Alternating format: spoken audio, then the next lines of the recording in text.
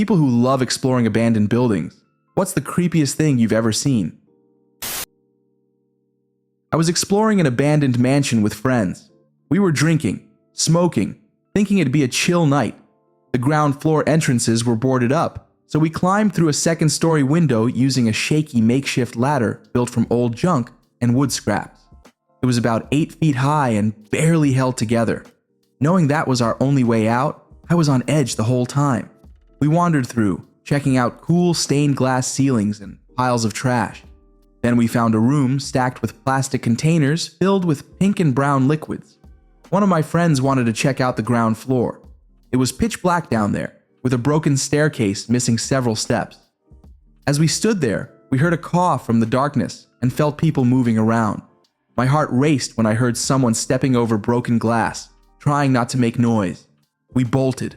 On our way out, we saw a beaten-up guy with bloodshot eyes staring at us from a shack nearby. That look still gives me chills. Probably just some addicts living there, but for a bunch of 15-year-olds, it was terrifying. A few years ago, I was working as an architect inspecting an abandoned chapel set to be converted into apartments. It was clear homeless people had been squatting there, but I couldn't tell how recently. When I went into the basement, the smell hit me, like someone was still there or had just left. There was no electricity, so no lights, and I didn't stick around. 2 days later, someone reported finding a torso and head of a murdered man in a building next to the chapel. A week earlier, police had found his arm and foot elsewhere. That basement smell freaked me out so much I didn't check the neighboring building. I'm almost certain I would have been the one to find the body if I had. I was exploring an abandoned prison when part of the ceiling collapsed. The debris missed me, but landed so close I fell. Turns out, addicts had been using the place to shoot up, because I landed on an old needle.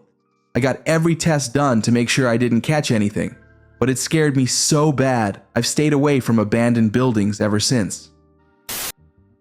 When I was a kid, we'd mess around in a 400-meter railway tunnel near where I grew up.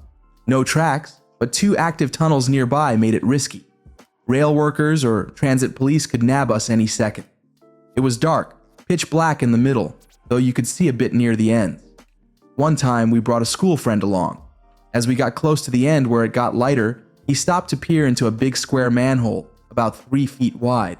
He didn't fall, but his face went from confused to horrified. He screamed and sprinted for daylight, yelling, "Holy crap, run!" We chased after him, no questions asked, and barely caught up at the tunnel entrance. Out of breath, we asked, "What'd you see?" He was shaking, face pale, and stammered, "There was someone down there, staring at me." This guy wasn't the sharpest, and we figured it out quick. We went back to the manhole, looked down, and sure enough, our 4 faces reflected back from the still water about 6 feet below. Just our own reflections staring up. I found something bizarre in an abandoned building once. A pig carcass dressed in women's lingerie. Sounds insane, but there's a story behind it. Back in college, I took a forensic anthropology class. Our professor, who later became my advisor, told us they'd bury pigs in women's clothing and underwear to study how fabric breaks down during decomposition. After one experiment, they left the pigs at the site. Either forgot about them or didn't clean up, I'm not sure. Years later, that land was slated to become a shopping center. Construction workers found the pigs and freaked out, thinking it was some kind of crime scene. They called the cops. Luckily, our professor was also a medical examiner and worked with the police. He explained everything. Bet that was a wild day for those contractors. I've explored tons of abandoned buildings and seen crumbling floors, animal carcasses, even used needles. But the creepiest was about 6 years ago in a rundown New York suburb. We were in an abandoned hospital, empty for less than a decade, but not well known. We went at night, checking out the 2nd, 3rd, and 4th floors without any issues.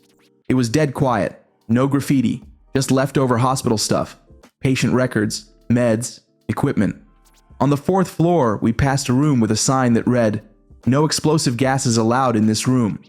I read it aloud, and right then, a loud bang came from inside that exact room. My blood ran cold. I froze, feeling like someone, or something, wanted us to know they were there. We ran out, hearing doors slamming as we bolted down the stairs. I never went back.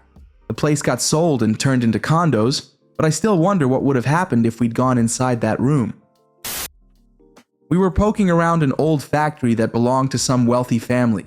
One room was packed with personal stuff, letters from the 50s, furniture, old photos, clothes, even booze. It felt like someone had been living there. In the middle of it all was a coffin. It was summer, just after noon, but the room was dark with no electricity, and we didn't have flashlights. My friend insisted we open it, saying we couldn't leave without knowing what was inside. He lifted the lid, and a sweet smell hit us. I'd found my grandma's body when she passed, so I knew that smell too well. My heart stopped, but when we looked, the coffin was full of candles, hundreds of them, giving off that sweet scent. 5 years ago, my friends and I checked out an abandoned farmhouse and its outbuilding, untouched for decades. The main house was empty, nothing special. Then we went into what looked like an old stable. Inside were hundreds of empty cat food cans, a few ropes tied to a beam, and a pair of scissors with a brownish crust on the blade. The smell was awful. We spotted a cat's tail on the floor and noped out of there. As we left, a pickup truck pulled up to the farm, middle of nowhere, no roads nearby. 3 guys stood on the truck bed, staring at us. We got out as fast as we could. Never heard anything else about it. The farm sold earlier this year, and I'm curious who owned it back then. When I was in middle school, we went to an abandoned house in the woods during summer break. The top floor was pristine, beds made, shelves neat, clothes folded in closets.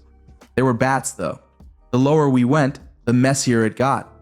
The basement and garage were trashed, books, junk, beer cans, used condoms everywhere.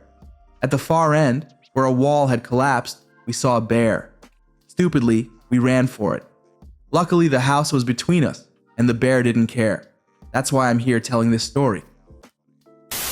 I was exploring an abandoned building near a forest, originally a children's hospital in the 70s, then a refugee shelter and a Chinese language school until 2007. It's been empty since. The students left suddenly, so I found diaries, certificates, even food. Oddly, the place wasn't vandalized. While I was inside, I heard someone coming up the stairs. I bolted, jumped the gate, and sped to my car. Just as I got there, a police car pulled up. 2 officers hopped the fence and went inside. No clue what happened, but sometimes I think I dodged more than just a trespassing fine. We found a bottle of liquid in an abandoned drive-in theater. When we tipped it over, the asphalt started smoking, and all our noses started bleeding. No idea what it was, but we got out of there fast. There's this big abandoned factory near our city center that teens sneak into. My friend told me about a time she and her crew were walking through the first floor, mostly dark, almost pitch black in spots. They spotted a lone chair in the middle of a huge room and started joking. It looked like a kidnapper's setup. Then they heard glass shatter in the distance. They looked at each other, turned, and ran like hell.